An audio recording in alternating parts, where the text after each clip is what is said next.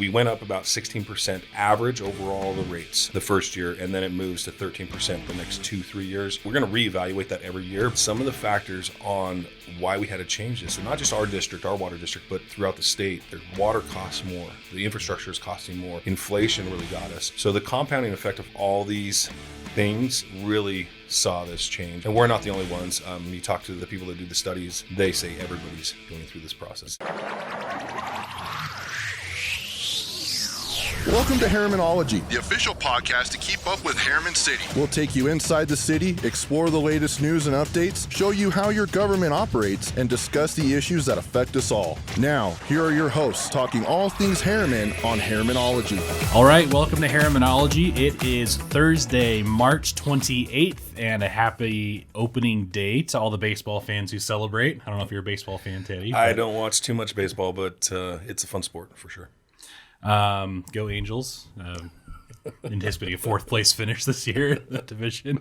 They're going to win the Super Bowl, right? Yes, absolutely. I'm John LaFollette, Communications Manager for Herriman City, joined today by City Councilmember Teddy Hodges from District 2. Thanks for coming in. Yeah, my pleasure. This is always fun, and it's a great way to pass off information from our meetings.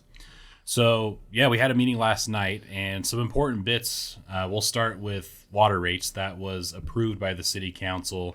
This is not the first time we've talked about it, even on this podcast. Yeah. Not even the first time with you on this podcast, but now it is official.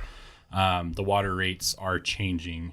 And what are some of the changes, maybe some of the reasoning behind that? We went into this rate study with Bo and Collins, and they came back and said, hey, we need to change some things. And they had a really good detailed plan. It's been in the process for, it's got to be over a year now, if not longer. I know we've talked about it the last couple months, really heavy, because decisions were being made and we needed to move forward. So a couple of the decisions that came out of it were, we're going to change our rate structure, where not only our rate structure, but our tier usage structure. So the way it was set up to where the lower tier people, the majority of us, the average people of using water in our households, the culinary water and secondary water, we're getting charged at a certain rate.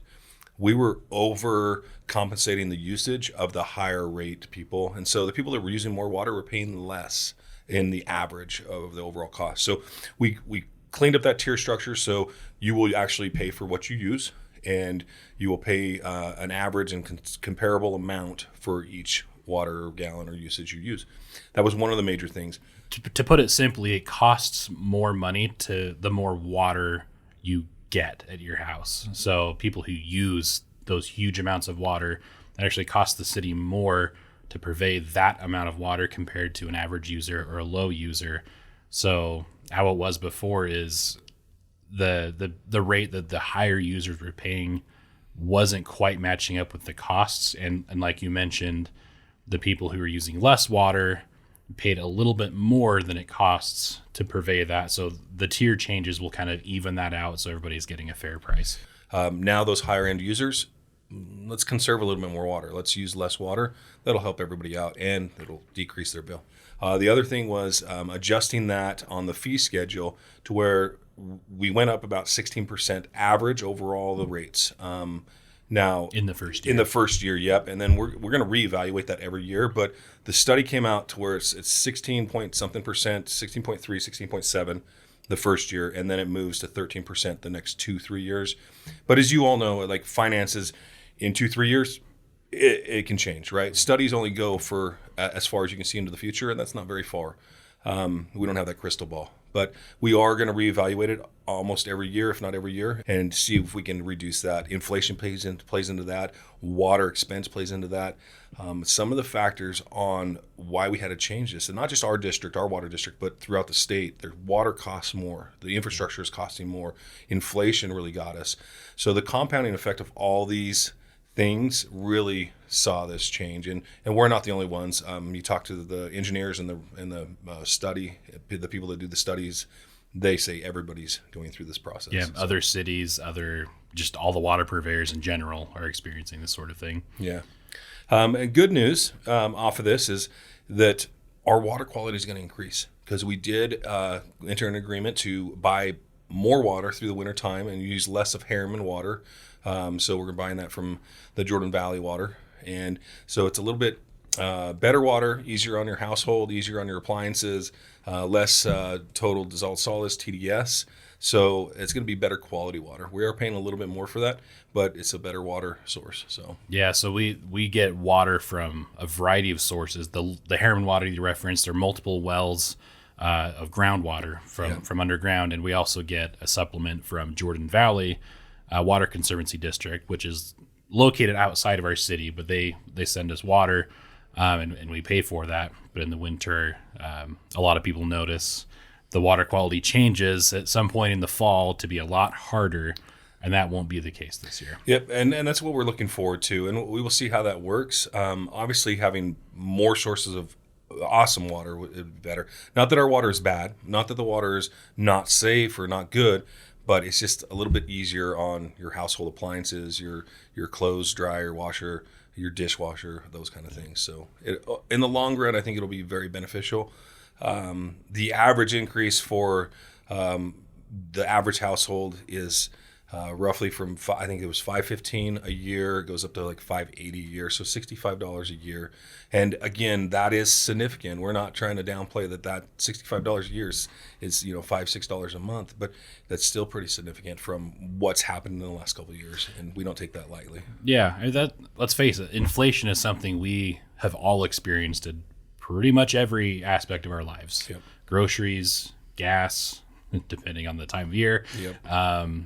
Water. I mean, this also comes on the heels of a property tax increase last year for law enforcement and other increases that don't have to do with the city.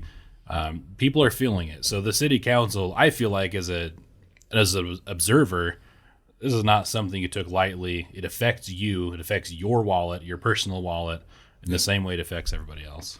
Yeah, and another highlighted point I want to do is this is not going to increase until the end of the growing season, so in the fall. So this year is going to be pretty minimal on any increase, and we took that into account to say, okay, we're going to have a lot of water usage this summer, right? Everybody's going to get their yard in, their garden in, whatever they're going to do, and we don't want to hit them again in the summertime. So we're gonna wait until the fall. That actually changed our study a little bit and made that 16%. It would have been 11 or 12%, 13%, and so it changed that a little bit because of a couple months. But in the long run, I think it'll be really beneficial.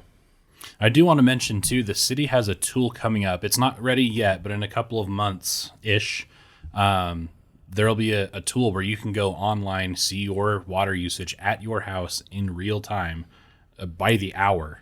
Yeah, that's going to be exciting. So you, as the rates go up, this is a tool you can use to know how much water you're using, how much maybe you can conserve. So keep an eye on that, but that is coming. Yeah, especially those that don't have secondary water and they're irrigating their lawn with the culinary water, and you're like, hey, I have a sprinkler break. You're consuming a lot of gallons. You're like, my sprinklers aren't on, but you're still consuming a lot. Or you have that leaky toilet or leaky faucet. You can correct those issues really quick and see those before they become a disaster. Yep. So look forward to that. At a minimum, we'll have information at Town Days in the summer, but it'll be coming here in the next few months. Another voting item from last night was adopting a policy about which meeting or which items go to the city council work meeting versus the general meeting in the chambers. And again, we kind of mentioned this before, but on each city council meeting, there's typically a work meeting before where it's just in a conference room. It's technically open to the public, but there isn't really public seating in there, but you can kind of listen in if you want. And then there's the general meeting in the chambers with everybody in there and all the seats. So what was that change all about?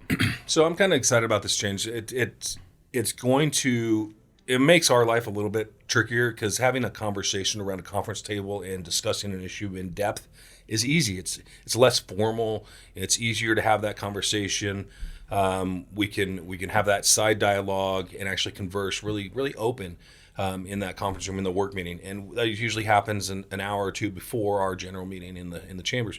So, but we've taken it to where we're going to bring almost all the items to general meeting, to where we're going to discuss it more open public forum where there's the galley and everybody can come and sit. And we would encourage you to come and visit us. It's 7:00 every other Wednesday. So what happens is a lot of the times you see us get up on the dais and you see us say yes or no or vote on these resolutions, and you're like, wait a second, what happened? Well, a lot of that dialogue was done previously in the work meeting, and so we want to bring that more to the forefront and have that dialogue on the dais, on going back and forth, and you can see the disagreement or the agreement between the council members. And I think it's going to be key to see that dialogue in that open public forum. I mean, it's on video, it's recorded, it's broadcasted. Same with our work meeting, but again, it just seems more formal, more decision making in the chambers, in the general meeting. In the general meeting. Yeah, and again, the work meeting is open. It's broadcast and everything, but it does feel a little bit more natural of a place for people to go listen in the general meeting in the chambers. Yeah, most definitely. And finally, another voting action was a right-of-way purchase agreement for 7300 West, and this was a cool thing, partly because of what's coming next year. As part of this. What was that all about? So 7300 West is one of the roads we actually need to interconnect our north and south community out there. It also goes through our new development, Olympia, and so with an amazing partner, a developer partner, and you don't hear that a lot. This developer has brought a lot of things to our city, but he has fought along with other representatives and state legislatures to bring money to our South Valley. They helped with other road funding a couple of years ago, but now we've got some major road funding here in the city. 7300 West, I think we got a little over $10 million to construct that. We've got some corridor preservation that came through the county, and then we also got some land donated from the developer. So out of all those partners working together, we're going to have this beautiful 7300 road in. We've got the continuation of 126 going to the where it's currently at to coming to U111. We got U111 coming in. We also have Olympia Boulevard coming in. So all those roads are coming in. And guess what? Not one house has been built out there yet. So the road, the infrastructure, all these things we wanted out of these developments, they're coming before the homes. And so infrastructure first. And that's where this council a couple of years ago decided to do that. And I think we've accomplished that with these working partners. Yeah, so 7300 West is, as of now, anticipated to be constructed next year. Yep. UDOT will construct 126. We think next year Olympia Boulevard is going to be in there. There's going to be a lot of infrastructure out there, but it's really neat to see this. Yeah, it's exciting, and again, it's the growth is coming, and so we've got these wonderful developments coming in. We've got some exciting things coming in from the economic development side. There's a lot of things happening in the city right now, and a lot of people would think, why can't you just put a road here or put a water line here? I want to emphasize something. It feels like water is free or roads are free because they're just there. This is all phenomenally expensive. It is. And it's nice to be able to get some of the state funding, or with water, there's going to be some bonding involved, and there's some state funds and EPA funds, but it's all really, really, really expensive. The city's doing everything it can to get those outside funding sources to put less of a strain on residents. Yeah, and we're working a lot closer with our development partners, with our state representatives, with UDOT, with other infrastructure property owners to get that right away and get to those leases. And I think we've come a long ways in the last couple of years. And our city staff is working tirelessly to find extra funds and other funds outside of our own taxpayers. So, all right, that's all for today. Thank you, Councilmember Hodges, for coming in. Thank all of you for listening and watching. And as always, leave us a comment, leave us a question. We'll see it on any platform you're listening or watching, and we'll try to address any questions in the next episode. So that's all for today. Catch you next time.